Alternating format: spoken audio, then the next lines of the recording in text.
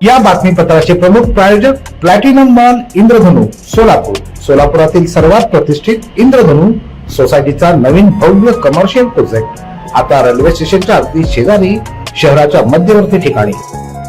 भैया चौक ते मर्याई चौक हा रस्ता वर्षभरासाठी बंद राहणार आहे। भैया चौक अर्थात लोकशाहीर अण्णाभाऊ साठे चौक ते मर्याई चौक या रोडवरील रेल्वेचा जीर्ण झालेला पूल 14 डिसेंबरला पाडला जाणार आहे।